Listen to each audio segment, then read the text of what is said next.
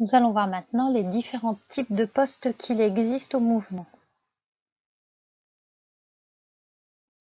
Tous les postes sont proposés au mouvement, mais les postes n'ont pas le même statut. Certains, notés V, sont appelés postes vacants. Ces postes seront sans enseignant à la rentrée. Par exemple, un collègue part à la retraite, son poste est donc libre. En revanche, d'autres postes marqués SV sont seulement susceptibles d'être vacants. Ces postes seront occupés par un enseignant à la rentrée, à moins que celui-ci ait obtenu un poste s'il participe au mouvement. Donc finalement, chaque poste est susceptible d'être libéré. Vous pouvez postuler sur les postes vacants ou sur ceux susceptibles d'être vacants. De nombreux postes sont des postes d'adjoints, adjoints élémentaires ou adjoints maternels dans des écoles. Toutefois, il existe d'autres types de postes. Postes de remplaçants, ceux de la brigade départementale de remplacement.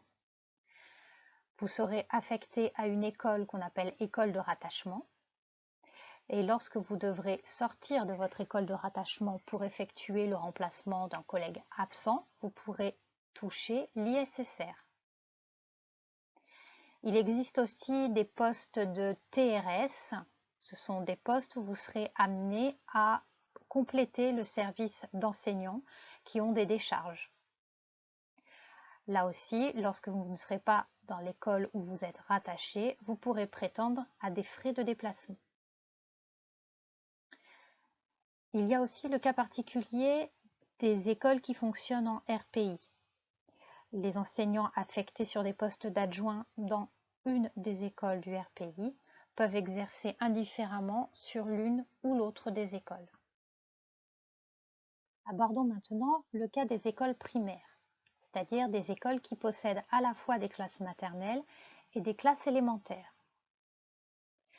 Si vous êtes affecté par exemple sur un poste d'adjoint élémentaire, vous pouvez tout à fait exercer en maternelle.